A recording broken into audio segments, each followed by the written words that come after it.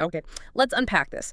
This deep dive, it's really about something quite fundamental, I think, something almost everyone fears on some level, that sting of social rejection, you know, and losing your reputation. Yeah, it's definitely a primal fear, and the sources you've pulled together, they give us a really powerful lens on it, from the deeply personal right up to the big societal picture. Exactly. We're trying to get into what it really means to be cast out, to become untouchable in a way. That's a good word for it. And the source material, it's got this great range. We're going to spend some time with the lyrics from El Innombrable.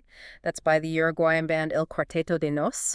Yes. And it just paints this incredibly stark, almost chilling picture of total social erasure. That song, it's just so visceral, isn't it? So It doesn't just describe rejection. No. It kind of puts you right inside the skin of that person everyone's avoiding. It captures that feeling that being unseen, but like constantly watched and judged. That line that they don't see us and that they don't touch us. It's chilling. Yeah, Yeah, it's so effective. Gets right to that extreme isolation. it really does. And it makes you wonder, well, how does someone even end up there? How does that kind of collective avoidance, how is it built? Right. So to help us explore the mechanics behind this, we're also drawing on insights from a conversation. It involves Jordan Peterson, the psychologist, and Joe Rogan. Okay. And they're discussing reputation status, conflict, particularly online conflict. So that offers a different angle, a more maybe analytical look. Exactly, how reputations are built and, well, how they're torn down in the modern world, especially in those public spaces. Got it. That's a useful contrast. So our mission really for this deep dive is to take these different viewpoints, the artistic, the analytical, and kind of weave them together. We want to understand the different facets of social rejection. You know, where does it happen? How does the group dynamic work versus the individual experience? What are the effects? And maybe what the sources suggest about how to handle it. Or just think about it precisely, and what the sources might offer in terms of coping or just perspective. Think of this whole thing as a way to get a quick grasp on a really complex social fear. Yeah, using some compelling examples to light the way. The core idea, as one source puts it, is that this kind of shunning, it always seeks collective hate, collective rejection. A phrase seeking collective hate. That's powerful. It is. And El Innombrable, the song, it just embodies that, doesn't it? This person everyone's agreed to just erase, like saying their name is taboo. Yeah, forbidden. It forces you to ask that question the source raises. Yeah. How is such an extreme social ruin actually, constructed, built? Is it just spontaneous dislike, or is it more organized? Exactly. It highlights that it's often a collective effort, right? Whether that's explicit or maybe more implicit. And it's crucial to remember this isn't just something that happens to famous people or in really extreme cases, is it? Oh, absolutely not. The sources are very clear. This can play out in really intimate settings, too. Like where? Well, one really tough place is within the family. Yeah. Because, people are literally bound together.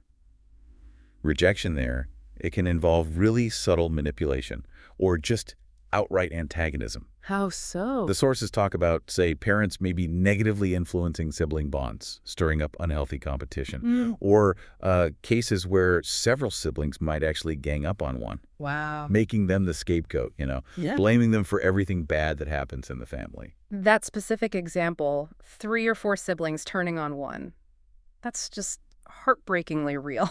Yeah. Especially within a family. It's the inescapable part that makes it so damaging, I think. You have to live with it. Yeah, you can't just leave the playground. Which brings us to school. Right. A universal experience for most. Anyone who went to school can probably picture this dynamic. That lyric from the song that they don't see us and that they don't touch us. It almost feels like the unofficial anthem of the school outcast. It fits perfectly, doesn't it? One source actually brings up the cheese touch analogy. Oh, from Diary of a Wimpy Kid? Exactly. Someone touches this moldy piece of cheese on the basketball court. And they become toxic. Totally toxic, socially radioactive, and the stigma spreads just by touch. It's a great illustration of how easily shunning and, reputational damage can just take off in that kind of environment. The cheese touch. That is such a vivid and relatable picture for this whole idea. Kids understand that instinctively. It shows that almost irrational fear that can fuel collective avoidance sometimes.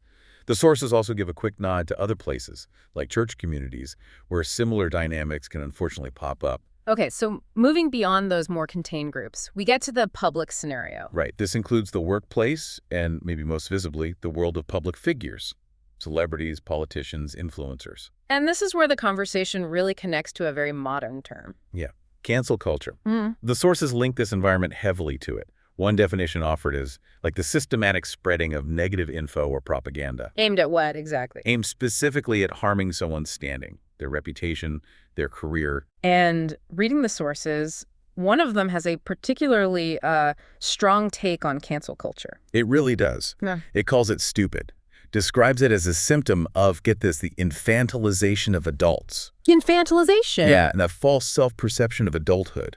The idea seems to be that people attack public figures to sort of vent their own personal frustrations. Okay, so the source isn't saying public figures shouldn't face criticism. No, it acknowledges that's part of the deal, but it draws a sharp line. It argues cancellation isn't just criticism. It's different how? It's systematic, the source claims, and specifically designed to damage a person's future, their reputation, their ability to make a living. But the source does concede it might have some utility sometimes. Yes, for genuine, quote, atrocities. But the argument is that it gets activated way too often for, quote, stupidities, Okay. and that it's become an instrumental political tool, and that overuse and abuse have kind of eroded its original purpose, whatever that might have been. Interesting perspective. It's presented very forcefully in that source. It is. And importantly, the source also points out that the consequences for, say, a famous person getting canceled might be quite different from the social rejection someone faces privately, away from the public eye. Right, the scale is just vastly different. The pressure. Exactly. The whole world isn't watching if it happens within your family or, your local book club. That makes sense. So let's dig a bit deeper into the actual dynamic here.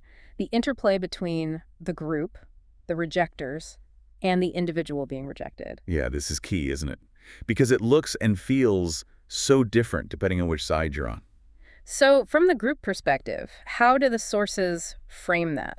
They tend to see it as a kind of chain reaction of opinions, like dominoes falling. But not all dominoes are the same size, right? Precisely.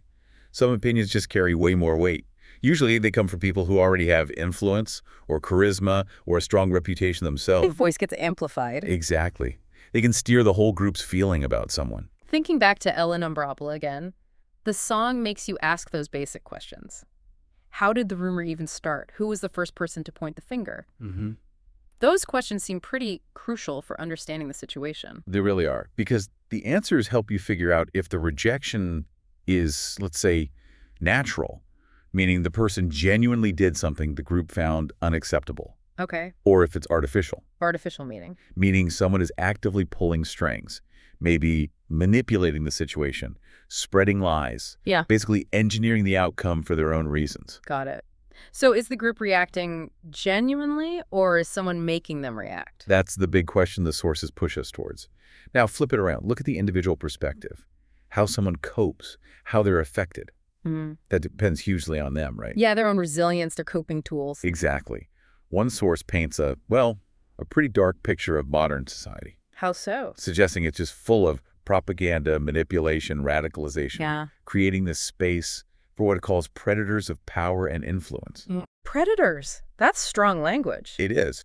And these predators, in this view, have basically systematized harassment and reputation attacks. They create these molds. Molds, like expectations. Yeah, expected ways to behave or perform, think constant, maybe false positivity, or using emotional manipulation like some online influencers might. Mm. And the source argues that even if you try to fit these molds, you're still not safe from criticism. Hmm. And do the sources suggest who's driving this? Or why? Part of the argument is it's often driven by people with vested interests. Maybe money, maybe they just have more to lose reputationally themselves. Okay. But here's a really insightful bit. The severity of the damage to the individual. It's directly linked to how much they are, quote, delivered to the social dynamic. Meaning how much they care about that group's approval. Essentially, yes. How much your self-worth, your sense of success is tied up in that specific group's recognition. The more invested you are, the more rejection just devastates you. That really connects to the points one source brings up from Jordan Peterson about people who are driven by recognition at any cost. Right. Peterson's noted for pointing out how those individuals can be really good at manipulating others. They can kind of mimic the values or ideas of a group to gain trust, but be totally different underneath, Yeah. using it for their own ends. Deceptive. Very. And the sources also link this to the way success is pursued on social media sometimes. Following steps, curating reality, maybe involving some falsehoods. And this can lead to, Well, the source suggests it can actually foster psychopathy. whoa, psychopathy. That sounds quite extreme. It does, but the argument is that this system can encourage certain behaviors, not seeing consequences, feeding on other people's failures, violating privacy, that kind of thing. And this source links that to woke culture. Yeah, this particular source sees woke culture as intertwined with cancel culture itself. The idea presented is that these platforms and dynamics can end up normalizing really cynical behaviors. Behaviors harmful to everyone involved. Harmful to the person doing them and harmful to the targets, yeah. So the modern online world adds this layer of potential, like systematic manipulation, on top of the basic human dynamics of rejection. Okay, so let's talk about the effects on the individual. The real impact. Well, the immediate hit is often psychological, right? The feelings. Right. And as we said, how bad that feels depends a lot on how much you value that group's opinion. The sources make you think about, okay, what are the feelings right in the middle of the storm? And then what lingers after it seems to have passed? And it doesn't just stay internal. It can hit your closest relationships. Oh, absolutely. The rejection can come from people you really value deeply. And that puts you in a terrible spot. Like what? Like either you have to identify who's actually loyal and maybe distance yourself from others, or the rejecting group manages to sway people you care about. Pulling them into the shunning, too. Yeah, maybe playing on their sense of morality or just their desire not to be the next target. That's brutal. And beyond the emotional, the relational, there are practical impacts, too, right? Especially work. For sure. Losing your reputation could absolutely mean losing your job. Yeah. Or just making it incredibly hard to find new work. Your career prospects just tank. Yeah. The sources mention this idea of having to negotiate with the public eye, trying to salvage your professional life if it depends on how people see you. It's clear the potential damage is immense. So, given all that, what do the sources offer about repercussions and coping? How do people deal with this? Well, first, they acknowledge the huge range. Repercussions can be very grave, or they can end up being insignificant. It varies wildly. And tragically, the source mentions the worst outcome. Yes. It sadly notes that some people have actually lost their lives because of harassment and these kinds of reputational attacks. It's a devastating reality check. We can't forget that. Absolutely underscores the seriousness. But on the flip side, source also points out that sometimes people's lives have actually improved after facing these attacks. Improved. Maybe it forces a change, resilience builds, they find a new path. The source personally believes even those who died could have found a better future. There's potential for recovery. That idea of recovery is important. The source seems to suggest that since this blow can come any time, maybe being prepared is key. Yeah, prepared somehow. Ideally, face it when you're feeling strong or have defenses up. How do you prepare for something like that? Well, one really interesting personal take from a source frames it using supply and demand. Supply and demand sounds a bit economic. Yeah, the source admits it sounds right-wing, but insists it's meant non-cynically. The core idea is, the more you know and value what you offer, your inherent worth, your skills, your contribution, the more protected you are. So focus on your intrinsic value. Kind of. The belief is, if what you offer is genuinely valuable, eventually there will be demand for it again, even if you're under attack right now. It shifts the focus from external approval to internal validation. Exactly. And the source adds a quick important point. Seeking vengeance. That's seen as even more stupid than the attack itself. Especially if the attack was cynical or malicious. Right. Self-defense or maybe playful sparring, that's different. But trying to inflict narcissistic harm back? No. Okay, so no revenge. What else? The source offered some philosophical frames. Yes, 3 ways to potentially approach it, with the usual caveat that extremes might signal other issues, but focusing on the moderate takes. All right, what's the first one? The nihilist approach. Moderately speaking, it says loss of reputation just doesn't matter unless your income depends on it. The practical angle. Yeah, if it doesn't hit your wallet, it's irrelevant. Or, slightly differently, consequences don't matter until they happen. Then you just deal with them. Cool. Very detached. Okay, what's the second? The hedonist view. This one acknowledges the pain, definitely. But it looks for potential pleasure or gain within the pain. Like, maybe there's peace in having nothing left to hide. Relief from constantly guarding your reputation. Or finding a way to use the situation. Exactly. Yeah. Maybe even finding ways to profit from the notoriety, turn it into something useful. finding the upside and the downside. Interesting. Okay, and the third. The positivist approach. This one treats it like a scientific process. How so? Like, okay, here's the problem.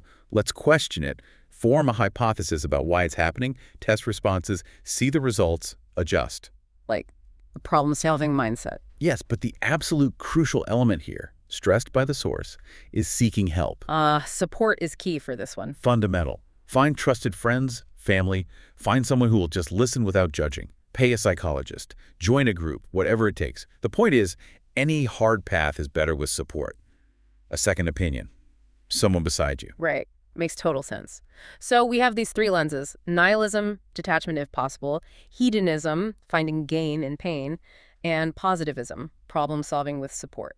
How do they relate? Well, the source brings it all together by saying these approaches ultimately have to be balanced against morality. Morality acts as the compass. That's the idea. Good, in this context, is defined as defending your core values, being honest so your conscience is clear, and crucially, focusing on controlling what you can control. Which is? Your own actions, your own integrity. And evil, then, is the opposite. Evil is framed as the weakness of trying to control what others think or do, instead of just managing your own domain, trying to manipulate others' freedom. That's a really clear distinction. Control yourself, not others. So any workable solution, the source argues, involves defending your values, keeping that clear conscience, accepting people can criticize you. Whether it's fair or not. Right. And knowing when it's right to respond versus when it's better, or maybe stronger, Yeah. to just remain silent. Wow. Okay, so wrapping this up. What does it all mean? We've really dug into this complex, often painful world of social rejection, of losing face. Yeah, guided by that powerful song El Innombrable and these other analyses of reputation and conflict. We've seen it's something that can touch us anywhere: family, school, work, online. And how different it feels if you're in the group pointing fingers versus being the one pointed at. We looked at how reputations are built, sure, but also how they can be gamed, attacked systematically, and the real costs, emotional, practical. And we've explored some pretty provocative ways to think about dealing with it. From deciding it doesn't matter unless it hits your livelihood, To finding hidden advantages in the difficulty, or treating it like a problem you solve with help and clear thinking. all while keeping morality, your own values, right at the center. Focusing on what you actually can control. So here's the final thought, the thing to maybe mull over. Thinking about all this, the song, the cheese touch, cancel culture, these coping ideas, how prepared do you feel for that possibility, maybe unexpected, of facing real social rejection, maybe even from a group or community you value? And maybe, how does understanding these dynamics we talked about, how might that change how you navigate disagreements, conflicts, or even just how you build your own reputational treasure? Yeah, how do you build something solid in a world where things can feel so fragile? That's definitely something to think about.